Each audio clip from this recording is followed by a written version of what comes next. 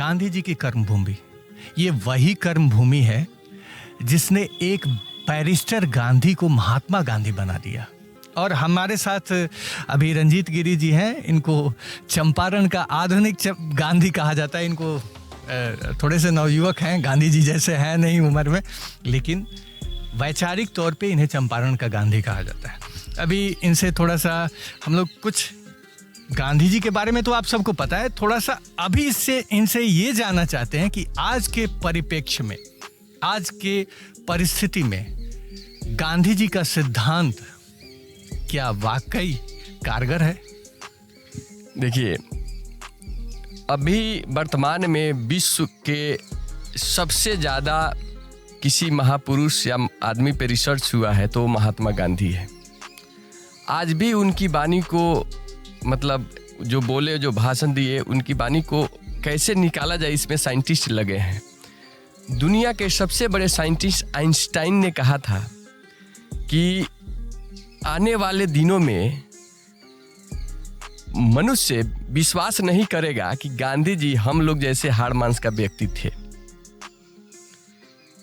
उनको यानी भगवान मानेगा, कहेगा कि कैसे ये काम कर दिए। गांधी जी जिस परिस्थिति में जब अहिंसा का पाठ उस समय लाए जब दुनिया में केवल काट मार से राज अर्जित किया जाता था, उस समय गांधी जी साउथ अफ्रीका गए, वहाँ 20 साल उन्होंने संघर्ष किया विदेश में जाके, और वहाँ से फेमस होने के बाद जब भारत में 1915 में जब आए गांधी जी,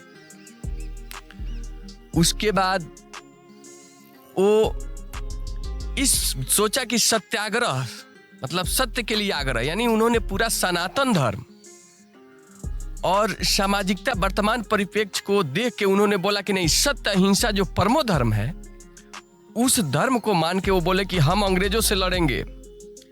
आपने कहा कि सत्य और अहिंसा के परम धर्म मानते हुए, लेकिन उसी श्लोक में जिसमें है अहिंसा परमो धर्म, उसी श्लोक का अगला खंड है धर्म अहिंसा तथैव च। अहिंसा परमो धर्म है, लेकिन उस अहिंसक धर्म के रक्षा के लिए हिंसा अगर करना पड़े तो करो, ये कहता है। लेकिन गांधी जी ने उसको पूरी तरह से हटा दिया। ऐसा क्यों किया गांधी जी ने? देखिए, गांधी जी ने ऐसा इसलिए किया कि उनके सत्य और अहिंसा पे विजय प्राप्त हो गई।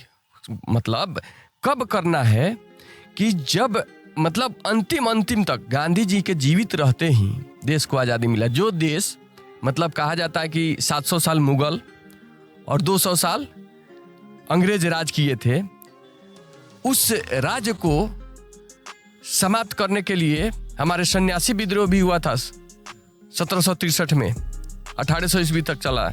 1857 में मंगल पांडे जी सिपाही विद्रोह किए, जो अंग्रेजों का सिपाही थे वही विद्रोह कर दिए, उसको भी रंगून सेना को मंगा के अंग्रेजों ने किचल दिया। तो इशारे पे अध्ययन करके गांधी जी ने बोला कि नहीं, इस सत्य अहिंसा के मार्ग पे चल के ही हम देश को आज़ादी दिला सकते हैं। लोग कहते हैं कि ये बहुत सारा तरह के मतलब गांधी जी के लाठी सत्याग्रह से ही देश आज़ाद नहीं हुआ। तो भाई 900 साल गुलाम था उस समय, तलवार भाजने का सबको आज़ादी भी था, भाजा भी लोग, काहे नहीं आज़ाद हो गया? इसका मतलब आप ये कहना चाहते हैं कि उन्होंने जो ये सूत्र है कि अहिंसा परमो धर्म, धर्म अहिंसा तथैव च, यानी कि जो ये हिंसा वाला जो सिद्धांत है, इसको 700 साल 900 साल से हम लोगों ने आजमाया था और ये फेल हो गया था, इसके लिए उसको हटा दी। जितना टेक्नोलॉजी आ गया है, जो टेक्नोलॉजी का जमाना है, आपका हिंसा अब कहीं नहीं चलेगा। पूरे विश्व में गांधी का सत्य और अहिंसा ही लहराएगा, आप गलत करके बच नहीं सकते हैं। मतलब गांधी, इसलिए गांधी का प्रत्येक बात, उनकी प्रत्येक काम, स्वच्छाग्रह से होके शिक्षा हो, चाहे आपका बुनियादी शिक्षा हो जिसमें ट्रेनिंग के साथ स्किल के साथ एजुकेशन देने की बात हो, वो सब ही वही चीज़ तो आ रहा है जो गांधी जी 100 साल पहले उन्होंने प्रदूषण पे, पर्यावरण पे काम किया। जिस समय कोई पर्यावरण संतुलन नहीं बिगड़ा था, लेकिन आज उस पे काम हो रहा है, स्वच्छता पे काम किया जाए, पर्यावरण कैसे बचे। गांधी की कर्मभूमि चंपारण, ये तो भारत में सबसे ज़्यादा प्रदूषित शहरों में आ चुका था।